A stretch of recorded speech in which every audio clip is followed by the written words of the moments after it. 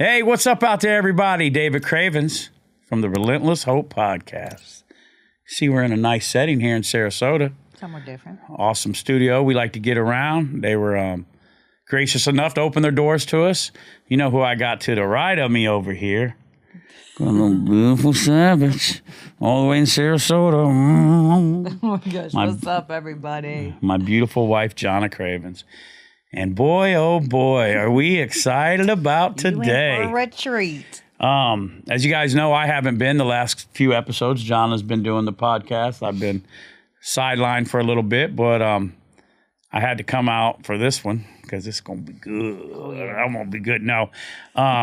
My sister and my brother-in-law are down in Florida visiting, so I knew before Jesus comes back, this might be the only time I ever get to get them on my podcast. Because it's the first time I've seen her in Florida since I lived here. But we know she was always, her and Shane being good parents and basketball and kids and grandkids. So Highly they don't get to dedicated. travel much, but they came down and it's been awesome. So we have my Beautiful sister, Heather D. Hello, everybody. My brother-in-law, Mr. Shane O'Mac, I call him.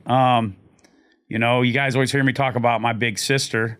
Now, I do have another big sister, Carrie, but Heather and I grew up in the same house. And I'm actually Heather's only sibling. Yes, you So, are. and I have my father had, you know, other kids. He was out carousing. You didn't watch him. But he was out doing his thing. And so, you know, I love my other siblings. But Heather me and her grew up in the same house together. So she was my first sparring partner. She beat me to the inch of my life many times. She was my Sweet first Heather. best friend, taught me how to drive a stick shift at the ripe age of 7 by stealing our mom's gremlin. In Wait, the what country. color was his gremlin? It was green, not a pretty green either. Wait, like a pea green? No, like a or- Hulk green. Like, no, not bright- even that. It was like baby stuff green. Oh, they saw you coming. No, well, you know, Heather could drive it. We could She drive came out of early. the womb. Yeah, pretty much. So she would be like, come on, we're taking the car. I'm like, no, we're not. Like, yeah, we are. I'm like, okay. So we'd take the car, and then she would drive. Why two kids are out doing this? And then she'd be like, you drive back. You're not shifting fast enough. You shift too fast. But Not so different than the trip here, right? well, but thank you. Shane led the thing. Almost like the drive on Sarasota. Oh, I'm having motion sickness. She's back giving me my medicine. Where's my Cheez-Its? Where's my Jesus? I need cheeses my and 7-Up. and a skinny cow right now.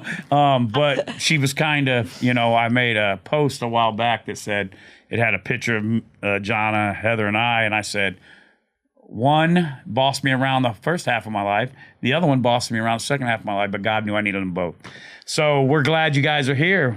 We're glad to be here. Yeah, definitely. How you liking Florida so far, Shane? It's great. Yeah. Great weather. It's not 150 degrees and humid. So Yeah.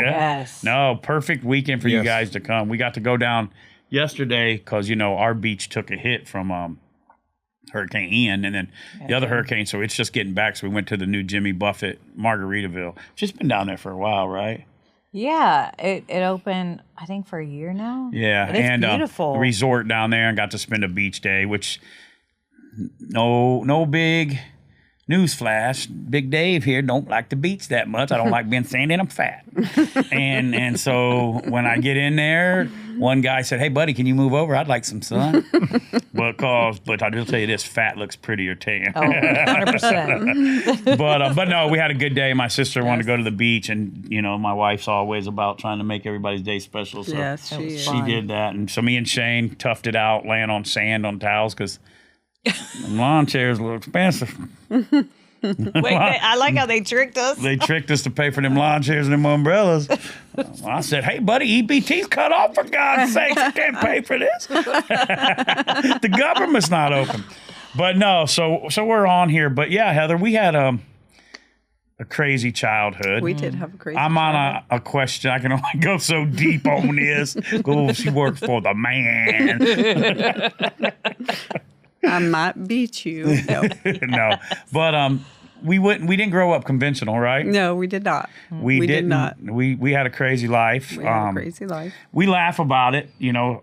humor is one thing in our house. Shane has a good, he's humorous. Jahnna's humorous. So thank God, because humor is probably the only way we made it through Oh man. a lot of our life.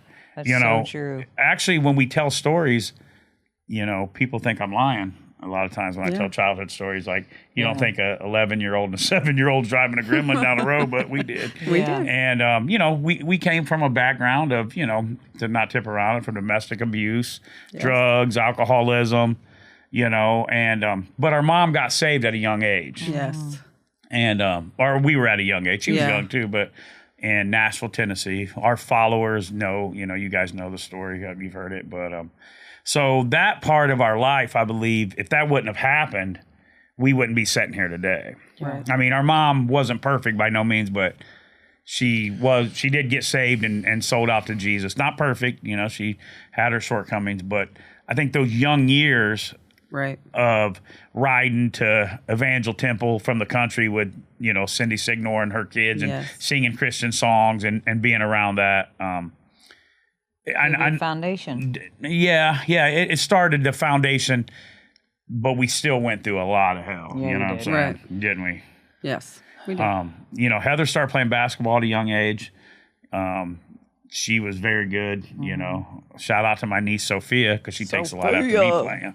Yeah. No, but you know, Heather played basketball, so you know, she kind of threw her stuff in, you know, herself into that, the hurt and the pain and stuff like that. And then, so then we fast track, put it all in. We moved from Tennessee, that's where we started our young life. Indiana, Tennessee, Indiana, Detroit, Indiana, Tennessee. A lot And of then we moving. ended up in Illinois. We had 9 teachers in 1 year? And I was in third. Yeah. Yeah, you did, yeah. Yeah. Third I had 9 different.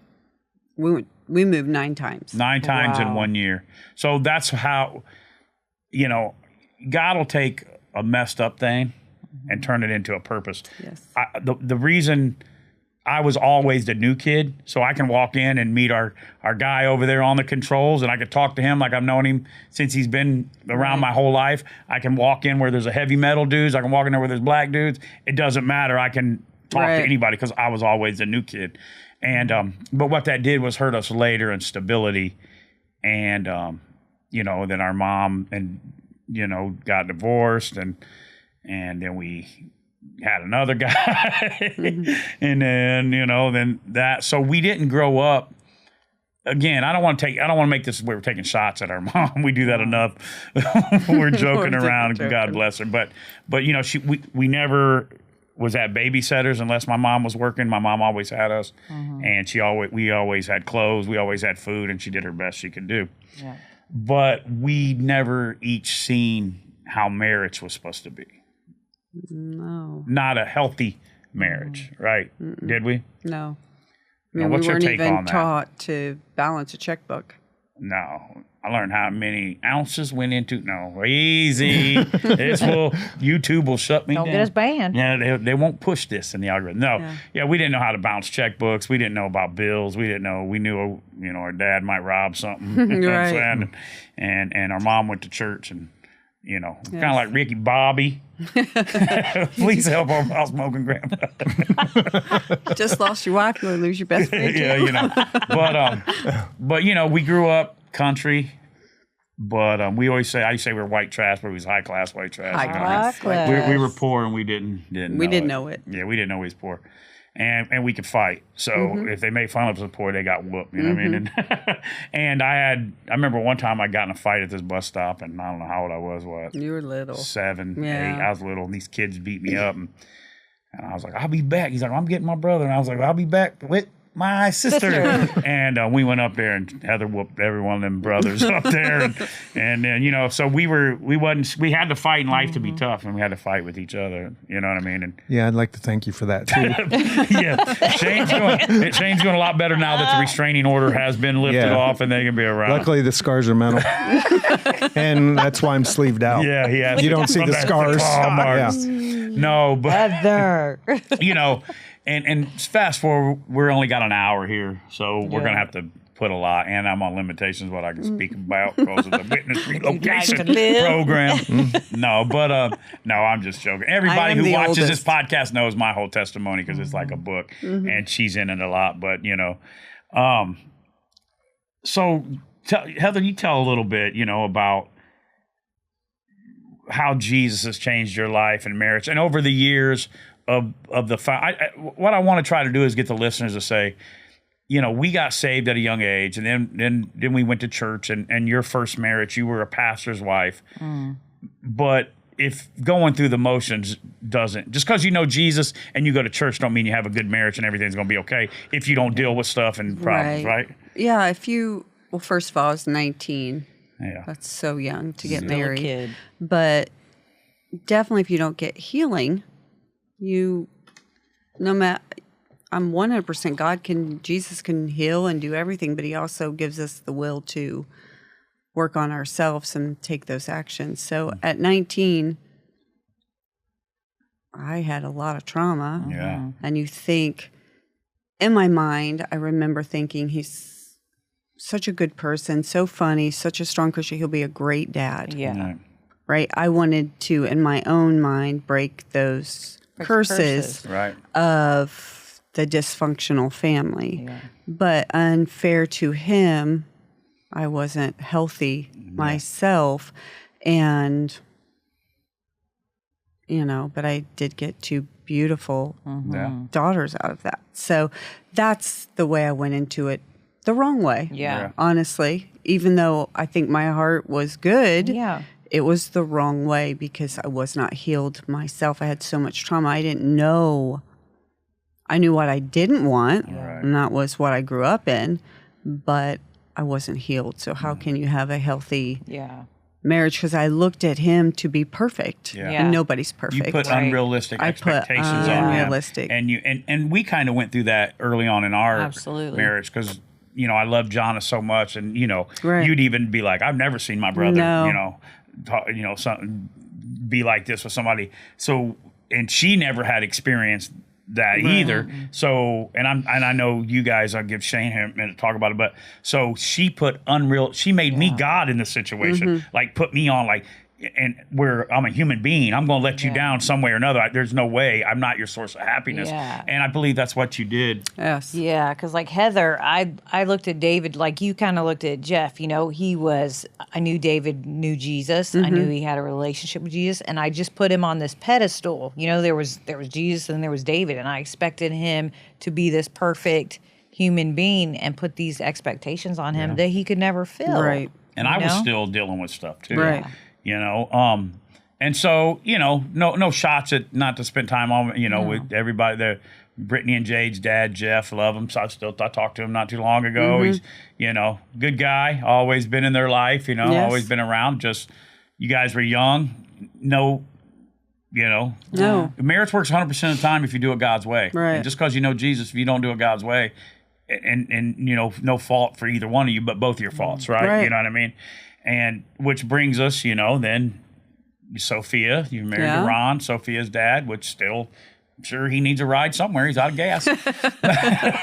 Shane, go get him. But and I was there through a lot of that marriage, not healthy again, because now you went from this to that, searching, still a hurt little girl. Yeah. A lot of things that happened to us growing up that that secrets and different things you deal with in life that, everybody in life has secrets. Everybody in life has hurts. I don't care if it's the most holy person you think in the world or the most biggest drug addict in the world. Everybody has secrets. Just we deal with them different. Some people throw themselves into work. Some people throw themselves into drugs. But until you really get free with those secrets and give them to God, you're never walking in true freedom. Right. I don't care who you are. But so the thing with me, relationships. We're trying to find love in relationships. We seen our mom do that. And so we thought if we don't have I can't ever remember being just not having a relationship, just being a dude who goes out and goes traveling with their friends and goes, I just never was that guy. I always had a girl and a couple girls, this, whatever, and I never got a chance to heal right. And that's the same thing with you. And we've been talking about this. We was talking about this yesterday. We was talking about this on the way here, how when you marry a spouse, and you start to give your life to Jesus, you start to live right, you guys can heal each other. Yeah. And that's what Jahnna and I have done. We've healed each other through Jesus being number one, then each other. And that's kind of what you came in and did for her. Yes. Right? Yeah. Right. A little bit about you, Shane. You don't have to go in too much. I mean, after the operation, I'm just kidding. No, but a little bit about you, Actually, my parents have been married for 55 years, 56 years. Almost 57. Since 69. My dad was a worker, got up in the morning, would go to work. They were building a house, so after he got off work, he'd go and work on the house. He'd come home, rinse and repeat. My mom was a housewife for a long time, and as soon as my brother and I got old enough, she went and was the cafeteria lady until the lunch lady. She got promoted to ice cream lady. All right. My kind of gal. So basically, gal, bring me some of that now. Skinny cows. Yeah, no, there was no skinny cow there. Trust me. And then there was a big thing of peanut butter and a knife, and that's it. nobody had allergies. No. Yeah. Oddly enough. Back in the day, right? Oddly enough. So true. Yeah, so basically I had your, beaver cleaver life, no problems. And then as soon as I got 17, I was like, I got to get out of here under the, my mom was at school. She knew I was in trouble before I did anything. Right. And you lived in a small town. Small town, small school, graduated with 38 people.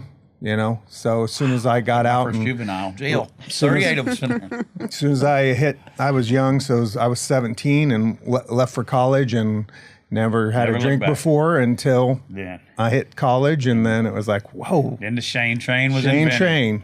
Never looked back. What you don't know, a fun fact about my brother-in-law, anytime I've ever went and seen him was back in my drinking days. Some I've been a little bit drunk, but he's a bass player and played in bands for all around Central Illinois, some pretty good bands too. And you were always busy. That was your life, right? Yeah. So you started drinking and doing the music thing, right? That's it. And that, and then like I said, you go to college and then you start in a cover band and you start getting successful and you're like, wait a minute, we get free drinks with this? Right. So you just go more, right? Yeah. I had a lot of fun. And then, like I was typical, same thing there. I was only 20 years old. And by the time I was 22, I had 2 kids, 10 months apart. Yeah. And then, twins. that's a recipe, being young, first major relationship, having 2 kids, recipe for disaster. What bands, drinking. Yep. It's not going to work. Nope. And then my second wife, she was kind of like the polar opposite of the first one. Right. She's like financially stable, college degree, has her own house, pays her bills, and it's like, cool. This is cool too. And here we go again. Round 2. The biggest thing though is like I'd been on my own for so long and done my thing for so long. It was all about me. Right. So I did what I want, and we're going to be late for this gig. I'm going to leave because this is about me. Right. This isn't about you, type thing. So, and then that, of course, that didn't work out. Being, trying to drive the train and not worried about anybody else. He was like, get no Pun caboose, intended. got one engine. Jump on the Shane train. So then Heather and I met, and Rocked your world. She rocked my world, and the big thing was, one of the biggest things was finally her happiness was the number one priority in my life. I can say that. And then that's my path. And then we decided to devote our lives to Jesus at the time. Or as we call him, the Jesus. The Jesus. Big J. Come J. on. The 2 J's. And then those two, the most important 2 paths came together, and that's the path we're on now. That's awesome. And it sounds crazy to some people because we're sitting here talking about marriages and this and that but people got it confused. If they think Christianity is about being a perfect, here this church says, that's the total opposite of what the Bible is. Right. The Bible is for broken people. It's not a stadium for saints. It's for broken people. And going through all that, we all got regrets, and our kids, and so people ask us all the time, and you guys know this, why do you guys do podcasts? Why do you guys put your own resources into it? Why do you guys travel and tell this story? And, I was reading a message to you this morning Yes. when somebody said, you know, my life hasn't been the same since you guys were at Rock Church. They put on YouTube. Thank you guys so much for all you do, and your words changed my life. That's why we do it. You would think this brokenness of, because listen, I travel around. I'm in people's homes every day. There's more broken people than fixed people. Right. Yeah. I go to church, statistics, I might be wrong here, and some YouTuber will try to point it out. If I'm wrong, no, I'm just kidding. But I think it's 60% of marriages in church, they're on their second marriage now in the church, right? And my statistics might be off. That might have changed a little bit, but there's a lot of them because I know we're in a lot of churches, and there's more broken people than not, right? Yeah. And so, you know, my sister isn't as free speaking as I am about our past. Like, she's like, I didn't grow up in no trailer. Well, it's kind of always been like that. Yeah. It's got skirting, When you so were it's little not a with the trailer. food stamps. Yeah. Oh, let me tell you a story. The wheels were off This of will them. fit right in. Perfect example of their life. Of the opposites. Yeah, here's the opposite. So It is a good this is good that the government's back in. They're giving people the ABT. No, Heather, we were poor, man. My dad left, and we lived in a country house, and it was wintertime in Indiana. My mom was a waitress. She was trying to keep it together.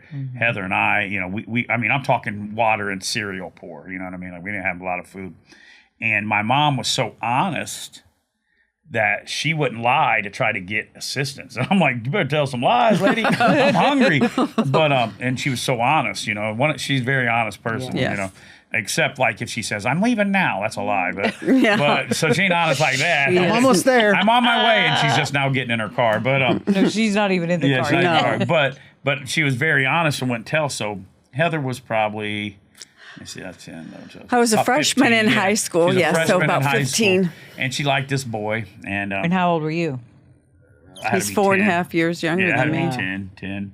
You know, old enough to know I was hungry. And And be excited. so they gave us this one-time food stamps to get groceries. My mom got whatever it was back in whatever year that was. I'm 52 now, so do the math. And Heather's outside. You know, these boys come over to see her. You know what I mean? Well, I was with Cindy, our cousin. Oh, nasty dog. We love you, Cindy. We love Shout out you, to We Cindy. love all of them, all the Yeah. Marlos. And so the boys came over. I remember we had a Monte Carlo, and Cindy and Gary there. So, you know, she's a teenage girl, so she's out there like trying to be, you know. Well, yeah, Cool. it's the pretty. most. And this is back when food stamps were a stamp, like you didn't have a card, you know, or whatever they got nowadays. And so Mom got those food stamps. We went shopping. She's like, get whatever you want. I'm getting pizzas, bro. I'm getting whatever, all the stuff in there. You were excited, weren't I'm you? getting so excited right now. I'm going to slip on that. And so we got all this food that we hadn't had, man. You got to understand, for a kid. And so I come walking out, you know, and I go, hey, how you guys doing? And Heather's like, what are you doing out here? I'm like, hey, guys. They're like, what's up, little Dave? I'm like, what's up? I go, you guys hungry? And they're like, no. I go, well, we got all kinds of food. We got food stamps. And she's like, you know, that's like the biggest embarrassment for her. And this kid was rich, too, that she's talking to. And I remember I looked at her face. I'm like, yeah, I'm getting a whooping later on. And little Dave better go eat his pizza while I can. And so I go inside, and I'm watching Steve McQueen Bounty Hunter. I told you, dating myself. And she come in, and yeah, she put it on me. God rest my back. She smacked me so hard, knocked me off the daggone chair. You don't ever eat that. But, Typical David, though, just wanted to share with I everybody. just want to give everybody, but hey, And I was like, we don't say those things we out don't loud. talk food stamps. I is wish we'd wrong have got with more you? next month. I was back to being hungry again.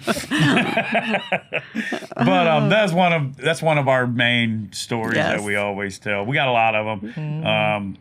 A lot of people know it. We call my sister the Dairy Bucket Queen. Same town. She played basketball. I don't know how we got from marriage to this, but we played. She played basketball, and she got a starting position. So there were some girls that didn't like her because she was new at the school, but she took their position playing basketball. And only position I took was none because I didn't play no sports. I'm playing G.I. Joes. But no, she took their position, and they were talking about her. They were talking a bunch of junk. So this is back in payphone days even. Because Mom was at the Dairy Bucket eating or talking. Which is like a local Dairy like a local Queen. Dairy Yeah. Queen, yeah, like a Ice local cream. Dairy Queen in a small town. This is in Modoc, Indiana, and Mom's on the phone, this before we moved to Peoria, Illinois, and she's on the phone at the payphone, and I'm just me walking around. And his shorts and cowboy boots. I had shorts and cowboy boots on. Very, always been fashionable. Cutting As edge. you can tell, always ahead of the Wait, game. were they like Daisy Duke shorts? No, they were like those little blue gym shorts. Oh, with the white line? Yeah, like those. And probably had some A-team shirt on or some whatever Dukes has or whatever. Probably. But now people wear cowboy boots and shorts, and it's trendy and popular. Yes. I was rapping about Waffle House and trailers before it was a thing, just so everybody knows. That's facts. But and so I'm walking around, and Heather's, these girls pull up and they're like, hey, and all of a sudden Heather just starts beating the brakes off this girl, and I'm like, hey. In the car, right? Yeah, she was I in the car. pulled Heather one brought her out all the the way out of window. the car and just beating her up. I run in, I'm like, Mom, you got to come see this. Heather's doing good out here beating this girl up, you know? And life, there were, when you, I know we make joke about it, and, obviously the way we raise our kids is we try not to get them to fight. And unfortunately, I got one of them that she will beat the brakes off somebody. I wonder where she They had it gets on it video from. in school, but she's getting saved. And Hey, I was proud of you. Can I get a copy of that? we're gonna need to edit that. No, don't edit that. Yeah. No, you can leave it in. They Leave already it know. in. But when you grow up the way we grew up, violence was part of our. Like That's how we I handled grew up, stuff. and man, I'm 52 years old, and just in the last, I still want to get out. I probably want to get out and smack somebody on the way here, right? Like that's something that you have to unlearn, because I grew up in a time where my granddaddy did this, my dad did this. My dad always said, you don't run from nobody. If they say this, you do this. You take up for yourself. That's how we were raised. We had to. And so I was so accustomed. I thought if you get smart, you get smacked. Right. In your mouth, and so if somebody got smart, I smacked them, or sometimes they smacked me, you know what I mean, or whatever. So it was such a part of our life. You couldn't even think of Sophie getting in a fist fight No, right now. she wouldn't know how She's such to. a good girl. Right. I couldn't think of Jackson getting in a fist fight like I did. Him being almost 16 years old. Right. I think of me at 16, he wouldn't know what to do. But a lot of pain and things that happened. I was a 16-year-old kid with a lot of anger and hurt, and she was too. And so we acted out, and we laugh and joke about it. But really, if you think about it, it was serious that we were that violent, because it fueled over into both of our marriages in life. I know. Shane's doing a lot better since the counseling now. No, but he's the one who I was never a dancer, but I've learned now. Shane played the Read the bass, so he box, stood Shane. still a lot. But Plus, I sleep with one eye open. no, No problems now. No, but the good thing is, and when Shane and Heather first got married, I walked Heather down the aisle. Yeah. I was chubby and bald headed back then, days. I don't like those pictures hanging up. I'm still chubby, but I look like a butterball turkey. my only thing, my belt, my pants are low, my belt, my belly line. She's got it hanging up in her daggone house. Oh my gosh. But so we was walking down the aisle when you guys were getting married, and I made it. If you look at the pictures, I'm making her laugh the whole time. I was like, "You sure you don't want to leave now? Because we ain't real good at this marriage." So, you look at me. You know what I mean? I'm on the rigs of the board right now, and you gonna probably be on one. Does he got any money? What are we doing here? No, he's the first person I ever married that I didn't ask to see his W-2 for. Yeah. Like, Wow. Well, because we came from being poor, so she wanted to make Yes. sure. Listen, It was stability for you. well, I a just wasn't man's- going to be poor. I was a man's never number going to one live thing like that. in marriage. I get it. A man's number one need in marriage is respect.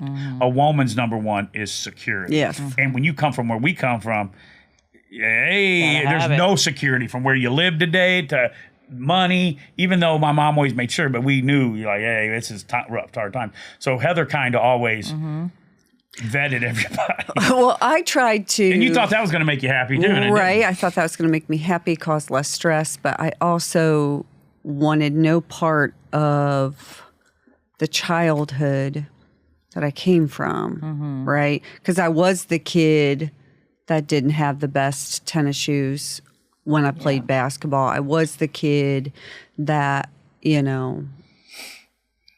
wasn't in the popular group, even though I thought I should be in that group. But You're definitely pretty enough. so Got I a hairbrush just, in the trailer. when I became old enough to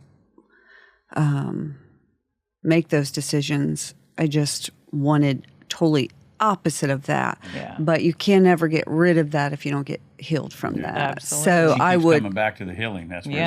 it starts. right. Yeah. So I always I never would. You didn't want. I didn't want You it. can't get Yeah. taken care of. I didn't want to. I've never been okay with those types of things. And I think that's where you have to juggle, is that sometimes people take their past and it drives them, but then that still ends you on that empty road. Yeah. That's why you see Still people, unfulfilled. That's why you'll see millionaires. Listen, I'm in millionaires' homes all the time Right. working.